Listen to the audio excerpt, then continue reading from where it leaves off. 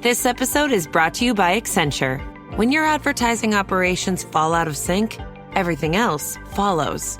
Spotify and Accenture are working together to reinvent the rhythm of ad sales, using automation, analytics, and smarter workflows to simplify campaign delivery and access better data across the business. The result? Less time spent on operations, more time connecting brands with the moments and fandoms that matter most. Learn more at accenture.com/Spotify. When you need to build up your team to handle the growing chaos at work, use Indeed Sponsored Jobs. It gives your job post the boost it needs to be seen and helps reach people with the right skills, certifications, and more. Spend less time searching and more time actually interviewing candidates who check all your boxes. Listeners of this show will get a $75 sponsored job credit at Indeed.com/podcast. That's Indeed.com/podcast. Terms and conditions apply. Need a hiring hero? This is a job for Indeed Sponsored Jobs.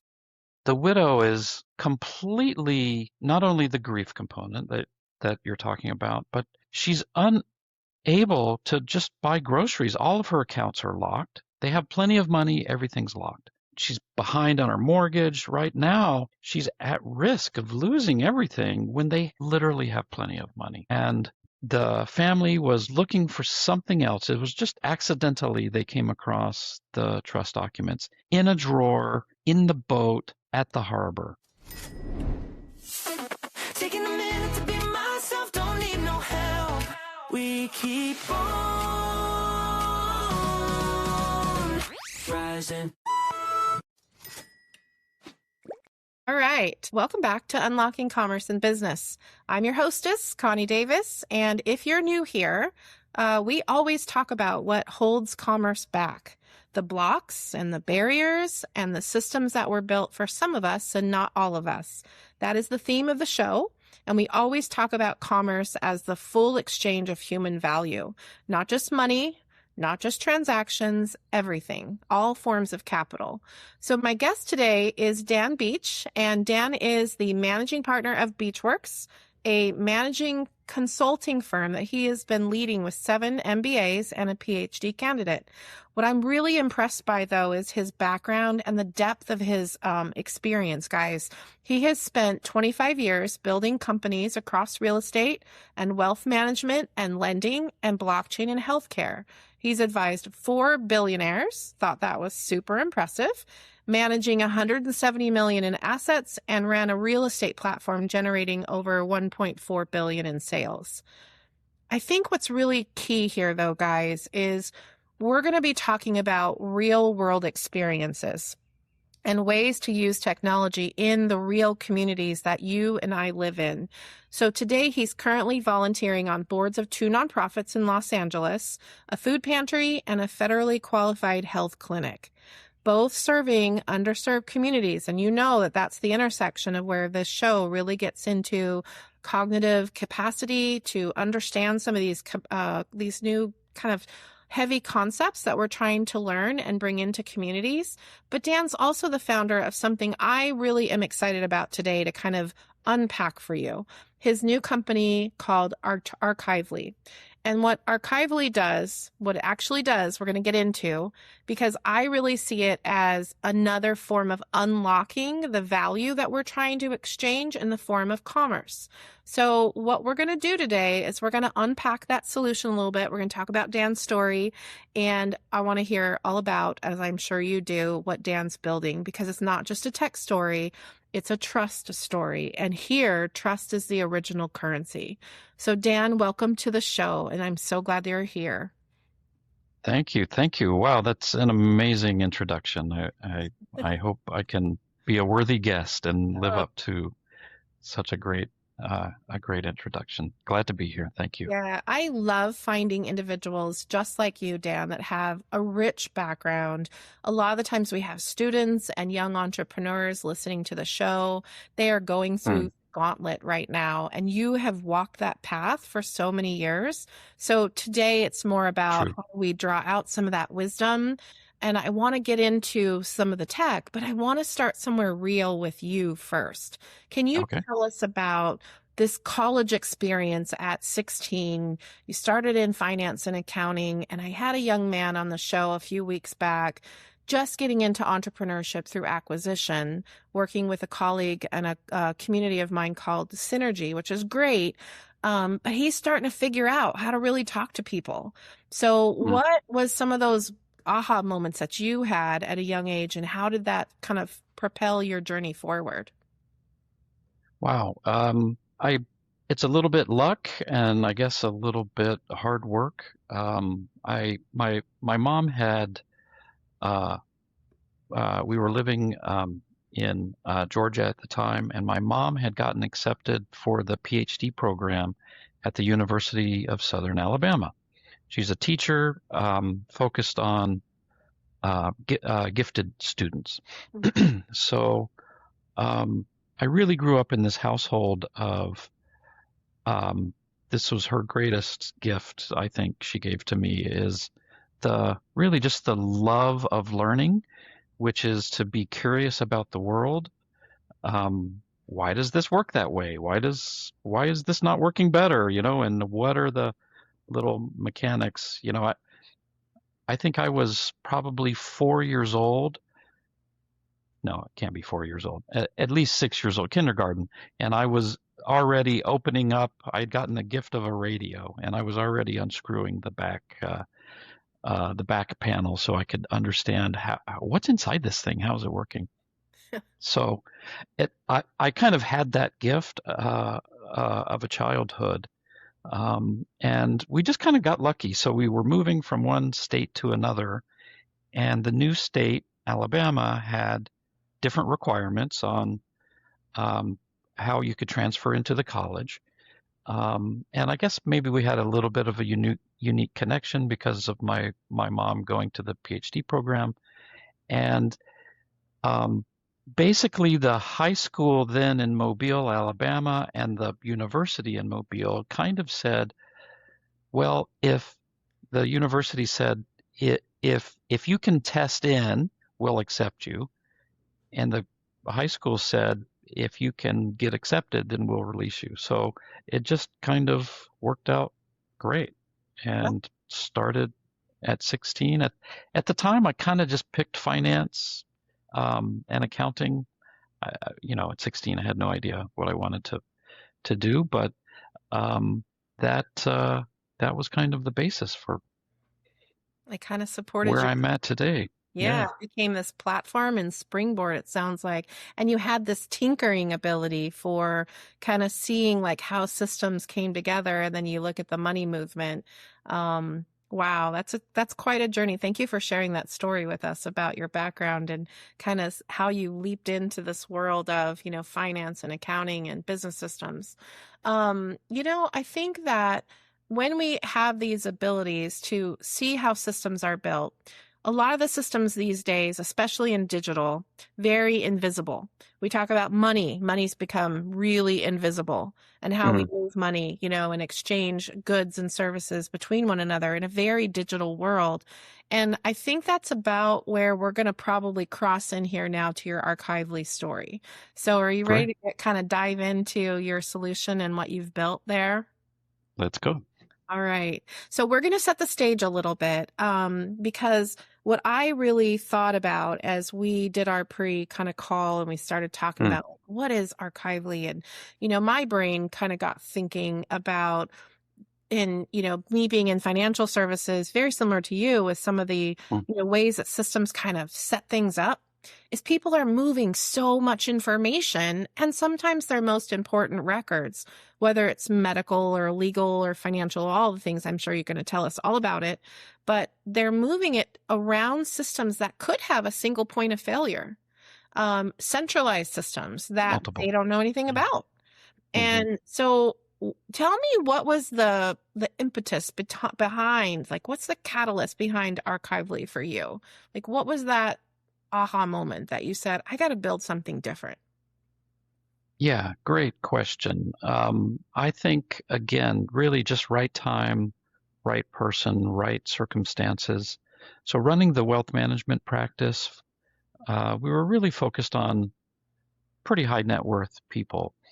And it just kept coming up time and time again that there were points of failure, as you're saying, after the family leader passed away, or maybe it was even just dementia, or Alzheimer's, something like that, where there was this just always this really messy period of time between the the event, usually it's passing away, and when the family can sort of move on cleanly. There's this real gap, and it touches almost every single family to some extreme or the other. On the worst cases, those are the ones we hear about in the news, that Yeah. some celebrity is fighting over assets or whatever. But even on the minor side, on the less impact side, maybe is a better way to say that. There's so many stories of the family wasn't fighting about assets, but the dad had designated the sister as the executor of the estate. She was doing her best to fulfill that role, big responsibility, but the brother just wasn't happy, and he thought dad meant one thing, she thought dad meant another thing.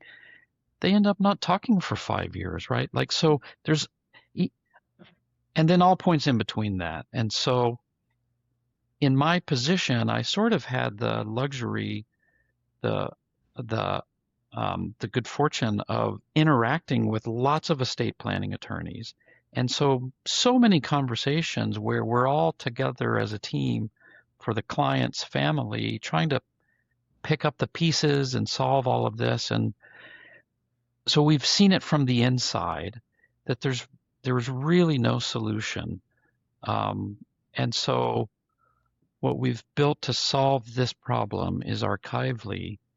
And Archively is a tool. It's super cool. We can geek out about the blockchain technology, but really it's the story. I'm glad you framed it this way earlier. It's really the story of one generation transitioning their whole life to the next generation. And how can we smooth that out and reduce all of those points of failure that are, so problematic now.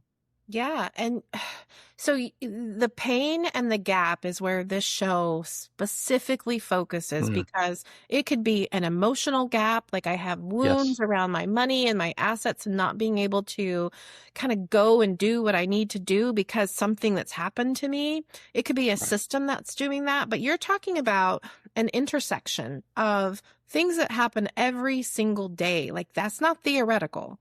That is homes and healthcare access records. It could be a life-changing decision at a doctor's office because somebody's power of attorney isn't updated. That's their identity. Yep. And what are the decisions and choices that I'd want couldn't find it to make? And I'm in fight, flight, or freeze mode, and somebody make those. I've actually been there in some of my story background.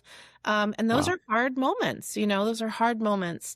So how does this cross into your highly regulated industries? Because you've been in those industries for 25 years in real estate and lending and wealth management. And when that record doesn't hold, what kind of chain of events happen? And how is, let's dive into a little bit of where the tech meets that chain of events. Yeah, that's fantastic. I'll give you one example.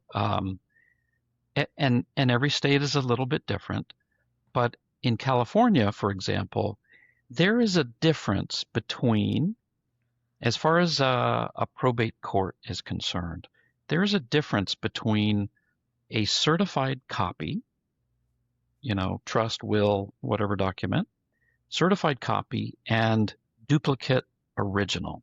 And you're only allowed to have one duplicate original. You can have the original, and then you can have the one copy that's designated as the duplicate. Anything beyond that invalidates those two. If you have three, then now you've broken that whole chain. So that is a distinction that people just are not aware of, and it creates the situation where you think you're being prudent, you're making you're leaving a copy with your attorney. You have a copy in your safe deposit box. You give one, to your daughter, whoever else, right? Now all of these redundancies of copies, which seems to be a prudent thing to do, has just created a situation where that document is not admissible in court anymore because it's gone beyond duplicate original. So building on blockchain, certifying, having your attorney or having it notarized, certifying as a duplicate original, then we can show the court that this was never altered. Cousin Joe didn't change page 35 on your 100-page trust. You could have a 100-page trust. It's notarized and certified by the attorney, and someone comes along and change one page. How would you know? So blockchain solves that problem. There's no disputing that this is the original document and it has never been altered. Okay, so we're going to unpack that a little bit, because what I have always tried to do with guests that come on like you that can talk about blockchain is take people into the basic environment of, I've never heard blockchain before. Help me understand how the heck it, plugs into what I know and I have been through, or what I'm being told by everyday people in my community. And you just did that. So, and I don't want to oversimplify, because I'm hoping that our audience, if you're listening, you're kind of clocking with what Dan's saying, because we hear about that. We hear about people that are fortunate enough to have those types of documents and to know the process, be somewhat educated, or have the dollars, the capital to invest in the advisors that need that. But then there's a whole sector of community members that don't have that knowledge, that don't have that cognitive ability and or the advisors to guide them. And I can imagine that getting so much more, just more complicated for them. Well, it's not actually. The way I would explain it, and we could go into more technical detail if you wish, but everyone now is pretty familiar with the concept of cloud storage, right? If you have an iPhone, you've got your photos are backed up to the cloud. Everyone kind of knows Dropbox or the equivalent. And what you're doing really is, instead of storing your photos or your documents on your local hard drive of your phone or your computer, you're using a computer somewhere else that's managed by whatever entity, Dropbox, Apple, something like that. So you're really just replacing another computer with yours, and they're the ones in charge of backing it up and making sure that it's always running. So take that concept and sort of multiply it times 10,000. So that's a blockchain. So the blockchain we're using, for example, is the same concept. You're really storing it on another computer, but it's not just one server of Amazon or Dropbox. It's 10,000 computers all around the world. They are constantly checking in with each other. Here's my copy of the document. Does it match your copy? Does it match your copy? Does it match your copy? And if any one of those gets changed, then the other 999,000 replace the problem document. So it can never be changed. It's not under the control of any one company. So I don't know if you guys have use Microsoft. We had Microsoft go down for 3 days recently. Microsoft Outlook. AWS as servers goes down constantly. So 10,000 computers, not going to go down, not under the control of any one government or jurisdiction even. So that's the simplest way I can explain blockchain. Hopefully that resonates. I think it was probably one of the best explanations I've heard, because sometimes I think, I've sat with, different crypto and blockchain experts in here in the Tampa Bay area, and a lot of the times they say, people, we're not reaching the new people. And then you go and you have a conversation on the street, and some people are just going, I can't understand the lingo. So what I really appreciate what you just did is you're like, let's put this into relatable terms with tools and technology or computer systems that the most, kind of the least sophisticated person probably has at least heard, At least on their phone. yeah, at least on your phone. So thank you for doing that, because I think that gets us into a more relatable way that these documents with, the witnessing and the certified documentation that we kind of have to be careful of. I didn't even know that you had to have a certified document, and that it's only, so I think you're getting into some of that depth of expertise just from the world of where you've been, and how you can use that to create a solution that's more usable by everybody, down to probably the least sophisticated person. Yeah. And what we're doing also is we're pairing a document. It's optional for the people that want to do this, but we're giving the ability to make a recording, a voice memo, a video memo, because one of the things that we saw a lot is, okay, you've met with your attorney, you guys have spent months going through an analysis, and you've written this very careful trust document. Here's exactly the plan that I have for my family after something happens to me. And it's all custom written, but what we would then see is so many times families in probate court were fighting over what this particular clause meant. Like, the brother would say, well, dad meant this, and the sister would say, well, that's not. And so what ends up happening is the probate judge is the one that's deciding the future of your family and what you meant or didn't mean, and they're doing the best that they can do. Yeah. But you're handing off that authority to a third party that hopefully has the best interest of, your family in mind. So we're able to create the video where you as the family leader can say, here's what I mean by this. This is my intention for this asset. I want this to go, to this person, and here's why. So there's no debate, and there's just clarity.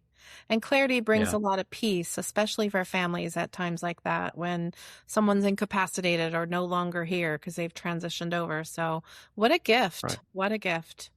So let's talk about why this ownership, this sense of ownership of documents. And I think we've already gone through a lot of the pain as to why you created Archively.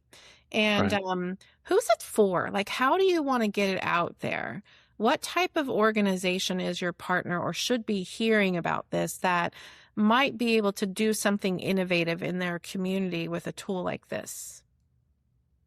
Well, we've struggled a little bit reaching the end consumer, because it's one of those things that, everyone recognizes probate bad, fighting over assets is bad, and people lose time and money, and families are broken up. But most people think that's a tomorrow problem, or, my family is so tight knit, we're not going to fight over stuff. Or maybe even just a resistance to thinking about death at all. It's just an uncomfortable topic. So there's not a lot of urgency around that for so many people. So where we've really started is through estate planning attorneys who, in my capacity, we were the ones that are constantly trying to clean up the problems. That it wasn't the bad planning. People are very intentional about their planning. It's the lack of access and the disjointed communication. That's where the problems start. And so that's where we're sort of partnering is with estate planning attorney firms. But Mhm. I really see a pathway for some nonprofits to help everybody else. Yeah. There's this whole cohort of the populace, like you said, that aren't necessarily in the place to spend money on um, you know attorneys to plan these things. And there's some middle ground. There's DIY solutions. But what if you just wanted to leave what if it's about grief? Most people are focused on solving the asset problem, Mhm. and that's a logistical thing with paper. Broken, we're fixing it, but still, what about just the emotional transition? What if you could have a solution where, you know, you're a mom and your 3-year-old daughter is playing on the swings in the park, and this is a really precious moment to you that you want to capture and hand that off to your daughter or your family in your voice Mm. 50 years from now. How can you know that the solution will exist in 50 years and provide this grief transfer um, resolution, in your own voice? So that's that's something that we're really excited to tackle next. We've Yeah. solved the logistical paperwork problem. Next is trying to provide that transition of grief. Interesting. Well, Yeah. and I'll share a little bit about my story. So, when you started kind of going through the pain process, I was that widow, and that moment where it's like, okay, I've got teenagers to take care of, an estate from my late husband to kind of unravel. Whether there Right. was no will, there was no trust, but it's like, how do we do all of Yeah. this? Very uninformed as far as the process in the middle of all of the grief. So, Right. it's part of my personal story. And I've talked about that on this show too, in a couple of different Hmm. recordings where it's like, you start relating these experiences where records hold power. And the records that you need to have when you're trying to find them, and you've got that cognitive load going on, that Right. emotional labor, that's really where you need the trail to kind of do that work for you. And I think that there's a ton of value in being able to exchange those records as a form of healing. I'll call it healing commerce, right? Because that's what we're Hmm. trying to do, so that I can get I like from that. this chapter that's just closed to the next chapter. And people need to do that at their own pace. And some of them can do it really well, and some of them just really need extra people to lean on. So when the system can come in and do that, I think that's a huge gift, again, that you've accomplished with Archively. So let's Thank you. we go into community ownership. So you mentioned nonprofits. Are there specific, besides like the grief, I think there's like hospital and hospice. If you're out there listening, guys, like, start racking your brains to be thinking about where these types of documentations show up in your world and in your businesses, because I think that if you start thinking about plugging blockchain in, most people keep it at bay. They're like, I don't know what this is, and I don't know where this plugs in. But what we're trying to do in today's show is really help you see where it can meet you where you are. We use that term a lot with technology. We want to meet people where they are with the technology to solve a problem that we can't always articulate. So what are some of the responses, Dan, for where you've gotten this implemented, or you have like some really enthusiastic client opportunities? What have they been saying? I want to hear like what the response has been. Oh, it's really gratifying. We had, I'll give you an example. Maybe this will resonate with you. One of the attorney partners is also in Florida. Actually, I should introduce you guys. He's an amazing, amazing guy. One of my favorite stories that he related is um, a widow. They had gone through as a family all of the planning, plenty of assets. Um, all the documentation was done and produced. Um, the husband dies, and now the widow, um, they couldn't find the documents. The widow is completely, not only the grief component that you're talking about, but she's unable to just buy groceries. All of her accounts are locked. They have plenty of money. Everything's locked. She's behind on her mortgage. Right now, she's at risk of losing everything when they literally have plenty of money.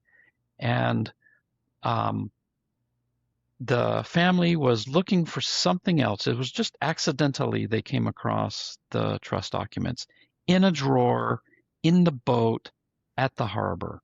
Oh my And gosh. it took 3 months. The widow is borrowing money to buy groceries.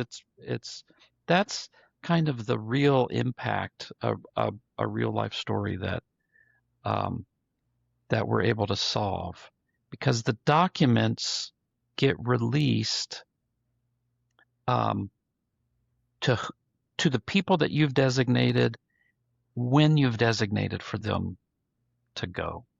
And there's just no confusion.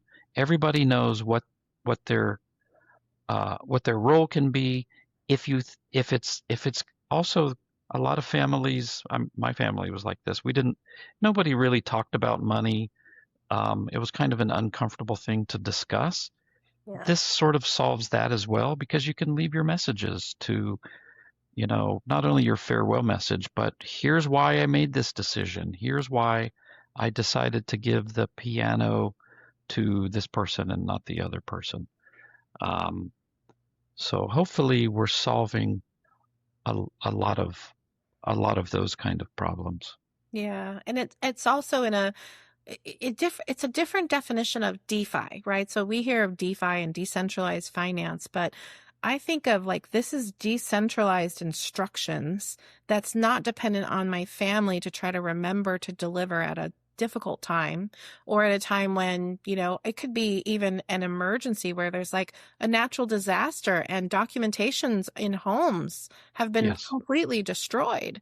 And that was sitting at the boat, and the boat goes through a hurricane, in the harbor. Right. And all of a sudden that trust document is gone. So now you've got compounding issues. So I think there's a lot in that disaster recovery space too, that you guys could, think about. That's really deep in the nonprofit space too. If I just gave, thinking of what I've heard over the last several years. But so can you take us through the tech a little bit? Is this I'm holding this on my phone or am I leading this through my financial planner? Is it pretty like self-sufficient type of an experience, or I'm working with someone else? It could be either. Right now we're rolled out for you as the consumer can just access the website directly or through your attorney partner. Or a third option is kind of, we'll do it for you. A lot of people struggle with the tech of, like it can get pretty detailed, right? Like, say, for example, we have some people who say, well, I would like, these are my assets, and I would like my brother to have these if something happens to me, but not before. I don't really want him to know exactly how much money I have in the bank at the moment. Or I want my kids to have access to this, but not until they're 18, something like that. So there's lots of those little trigger points that we can set up into the software, and we can set those for you. So if someone's overwhelmed by the prospect of doing all of that, we can do that for you. The attorney partners can also do that for you. We're probably cheaper than the per hour of the attorney. But if someone's inclined, they absolutely can just set all this stuff up for themselves. And I think the reason why we chose blockchain is because I maybe your audience is different. In most circumstances, I'm talking about the continuity of one generation to the other generation, and I sort of de-emphasize the tech because it can be overwhelming. But really, if you think about it, the solution that most people are using is something like Dropbox. Dropbox started in 2007. It's already 20 years old. Yeah. It's great that you're using it, but really when it's needed is, I guess everyone's different, but 20, 30 years from now. 30 years from now, Dropbox is going to be 50-year-old technology. Mm. That's the equivalent of you storing your family photos on a floppy disk drive. Floppy disks are 50 years old today. It's it's absurd to think that you would entrust your family's future on technology that old. So we're really just taking advantage of the tools that we have today. We're using the latest technology, and it happens to come with the benefit of all of this security, the immutable nature, um, the decentralized, no one person owns your data, and we encrypt it so it's secured first. Um, yeah, it's really really powerful. Yeah. It's almost like could we think about Archively as the next generation of the digital notary? Like, could we think of it that way? I would love to do that. So we're on phase 2 of our development roadmap, and I'll no one else really knows this until your show. I think it's on phase 3 or 4. We have integrating a 24/7 access, Okay. notary access. When we were doing our customer discovery, one of our approaches is we want to build a solution that actually solves people's problems, not, hey, let's imagine, and we did have insight into how to solve these problems, but um, I don't want to spend time and money building a feature that no one really wants. Right. And we've missed the opportunity to build a feature that they really did want. So we did lots of customer interviews and surveys and stuff. And one of the things that we were surprised about was 90% of the people said exactly what you just said. Having an online on-demand notary would be important to them. 90%. Um, another, also 90% was like an on-demand attorney to sort of review and just bounce is this okay? Did I do it right? Yeah. Those kind of questions. So those are both things that are on the roadmap to be included into the software down the line. I think that's super cool. And I use a phrase on the show. I've talked about it a lot, actually. And most people look at me like, what are you talking about? But I say the words trauma-informed technology a lot. Mm, And to me, you just connected grief a little bit ago. We're yeah, talking about like, I'm not, myself, when I'm going through a period of change like that and I'm switching chapters, whether it's, known and planned or not known and it's a surprise, and loss affects everybody differently at different points in their life. But to be trauma informed means I've thought about those types of situations that are really difficult for people to kind of go through, but then I've built technology for a purpose. And right. I think we build technology a lot for profit, to profit, and you create a SaaS product and you send it out into the world and, okay, I'll get to the releases and based on what's going to make the company the most money. But what I'm hearing, Dan, is I'm hearing more of we want to be intentional with the features that our, users are going to need. They're thinking ahead, they're worried about something. So we want to help kind of meet them again where they are. And that's really where the human side, and I know you do a lot of work with nonprofits and community. That's the human side of where I think you're showing up from just your depth and years of Mm, listening to people talk about where their bottlenecks and barriers are in communities. And I think it's an untapped area that technology companies, and I've certainly been encouraging this over the last 6 years as I've been kind of exploring between nonprofits and financial technology, especially. And there's this bridge that we can build with blockchain, getting out in there into the community for good. So let's talk a little bit about these family healthcare resources and the food pantry.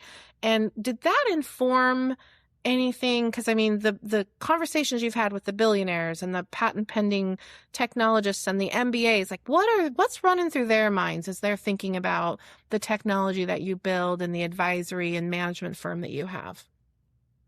Oh, yeah. Thanks for asking that question. Well, hopefully I've assembled a team that is not only, super smart, much smarter than me, and very talented, but also really just good people at heart.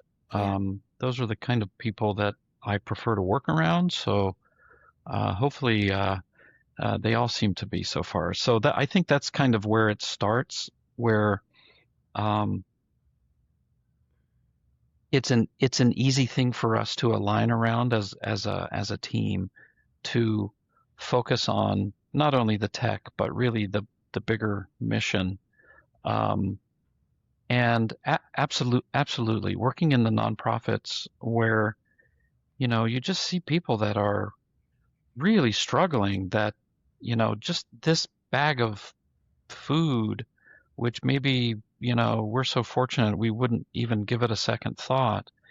It is a huge impact for them and their kids and their family, and then the opposite extreme where people don't even they have so many zeros in their account that anything that they spend would be meaningless. It's it it's a great reminder for me personally, um, of the humanity of where we all are. Um, and some of us just happen to be luckier from where we were born, or, the circumstances of our lives. Certainly people have earned things that they have as well. I'm not trying to diminish that, but um, yeah, we try to really never lose sight of the humanity is really what we're trying to help. There's a great book that just came out. I'm not plugging someone else's book, but it reminded me as you were just forming this last question.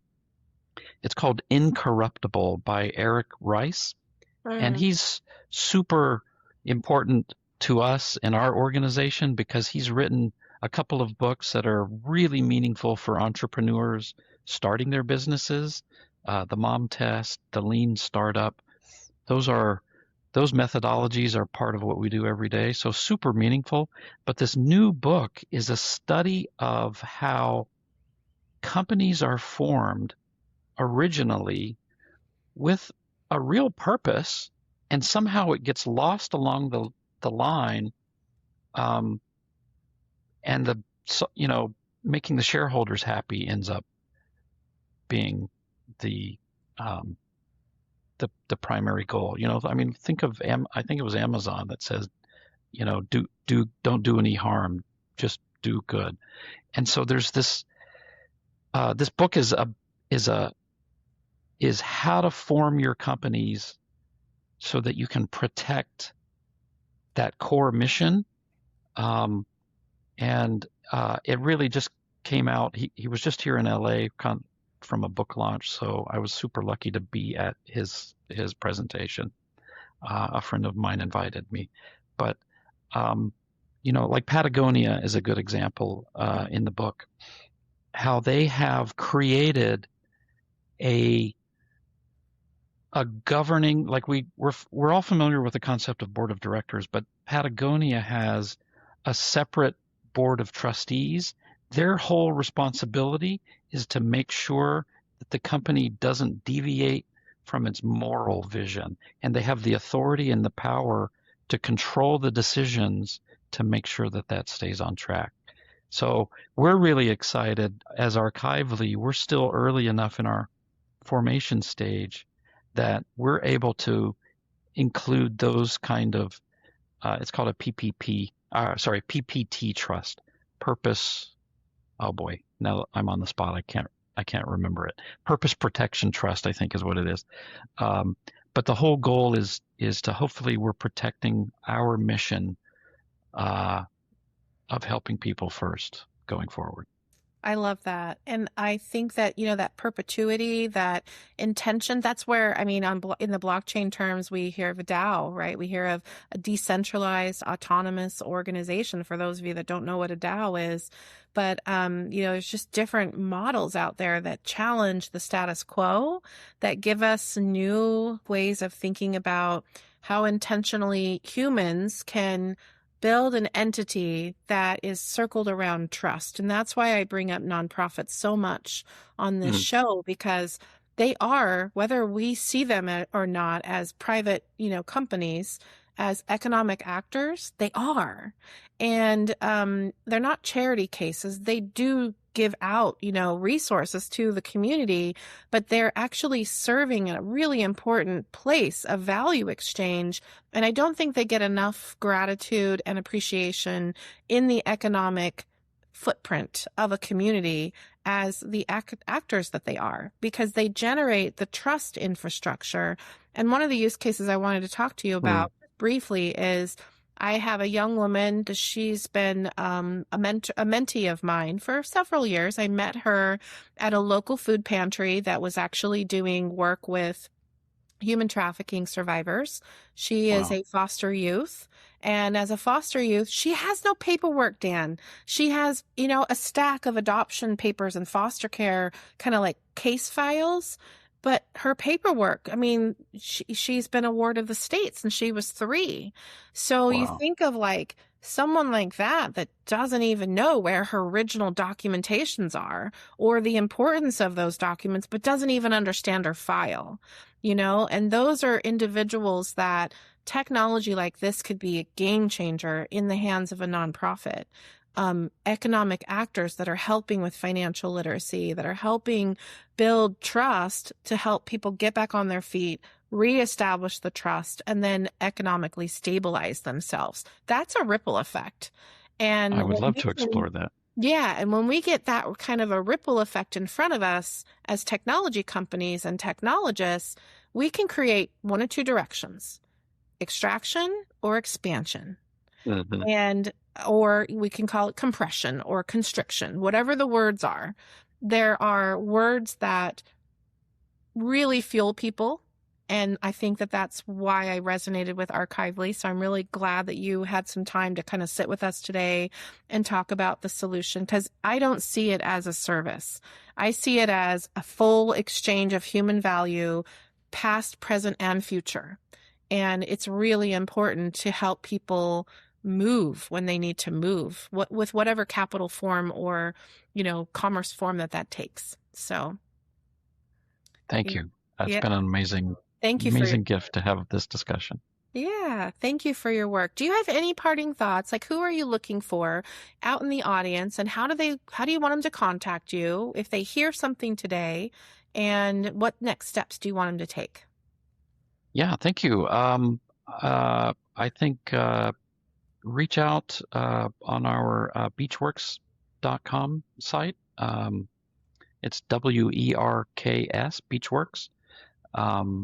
And any connections are welcomed. We love the feedback, the good ideas. We would love to align with some nonprofits. It's something that was in my mind anyway, to kind of allocate a percentage of revenues towards something like that. Anybody else that just has a great path for how we can connect and help one generation pass their lives to the next would be amazing. All right. Well, Dan, thank you for the conversation today and for the heart that you've put into this technology.